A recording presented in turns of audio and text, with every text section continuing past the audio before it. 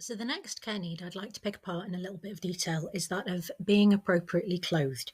Now, that doesn't just mean the ability to be able to get dressed and undressed, do up one's buttons, be able to do shoelaces, and all of the fine motor skills that entails. It's also looking at, are you able to distinguish the difference between clean and dirty clothing? And if so, how do you do that? Is it locational? Well, mum puts the clean clothing in my wardrobe and therefore I know it's clean? Or is there a different system where some people use a sniff test? Some people would look for visible stains. Is that something someone is able to do? We also need to consider whether or not the clothing is appropriate for weather and temperature.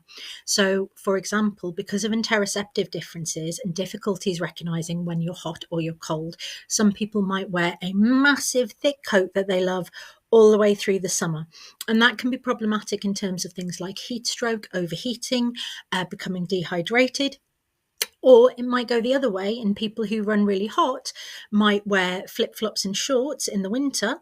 And if it's snowing, that increases the risk of falls because of the nature of the flip flops. You've also got an increased risk of hypothermia and becoming too cold. We're also thinking about dangers of things like skin integrity. If someone's wearing dirty clothes for a long time, for example, if someone doesn't ever change their socks, they can risk an infection. And we're also thinking about things like when clothing is uncomfortable, obviously we want to take it off. So if it's something that we're really sensitive to, are people able to inhibit their ability or their desire to take clothing off when it's not an appropriate setting? For example, getting completely undressed in a cinema might not be appropriate, might make someone really vulnerable.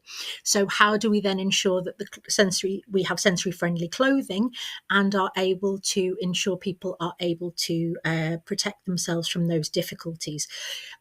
It also includes being able to use a washing machine. Is that something people are able to do? Are they able to follow the instructions? Some of the washing machines now are like spaceships. They've got so many different cycles. When they do wash things, do they damage the clothing? Do they damage the machine? Are they able to then hang it up, make sure it's dry before they put it on?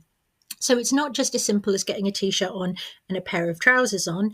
And it's one of the most personal things that we do, dressing for our comfort and ourselves.